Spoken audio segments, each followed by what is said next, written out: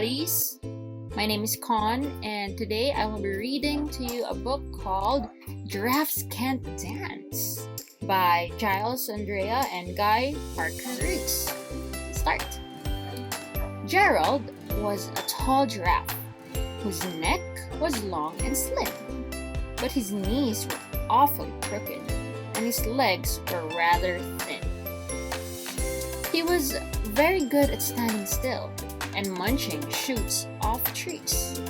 But when he tried to run around, he buckled at the knees. Now, every year in Africa, they hold the jungle dance, where every single animal turns up to skip and prance.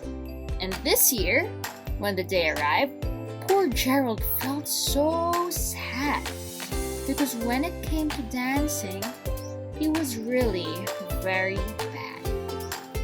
The warthogs started waltzing, and the rhinos rock and rolled. The lions danced a tango that was elegant and bold. The chimps all did a cha-cha with a very Latin feel, and 8 baboons then teamed up for a splendid Scottish reel. Gerald swallowed bravely as he walked toward the door, but the lions saw him coming, and they soon began to roar. "Hey, look! At clumsy Gerald!" The animals all sneered. "Giraffes can't dance, you silly fool!" "Oh, Gerald, you're so weird!" Gerald simply froze up. He was rooted to the spot. "They're right," he thought. "I'm useless. Oh, I feel like such a clod." So he crept off from the dance floor and he started walking home. He never felt so sad before. So sad and so alone. Then he found a little clearing and he looked up at the sky. "The moon can be so beautiful," he whispered with a sigh. "Excuse me," coughed the cricket, who'd seen Gerald earlier on. "But sometimes, when you're different, you just need a different song. Listen to the swaying grass and listen to the trees. To me, the sweetest music is those branches in the breeze. So imagine that the lovely moon is playing just for you. Everything makes music if you really want it to." With that, the cricket smiled and picked up his violin. Then Gerald felt his body was the most amazing thing.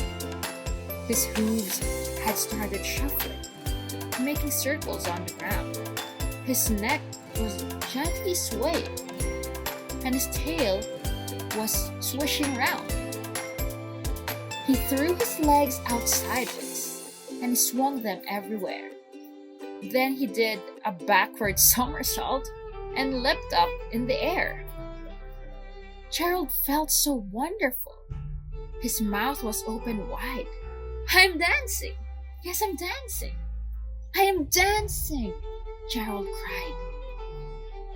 Then one by one, each animal who'd been there at the dance arrived when Gerald boogied on and watched him, quite entranced.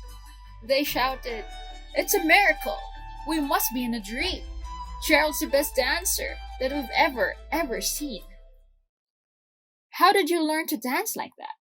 Please, Gerald, tell us how." But Gerald simply twirled around and finished with a bow. Then he raised his head and looked up at the moon and stars above. "We all can dance," he said, "when we find music that we love." My favorite part of the story was when Gerald realized that he could dance, that he didn't need to dance the same music everyone else was dancing to. He could dance his own music.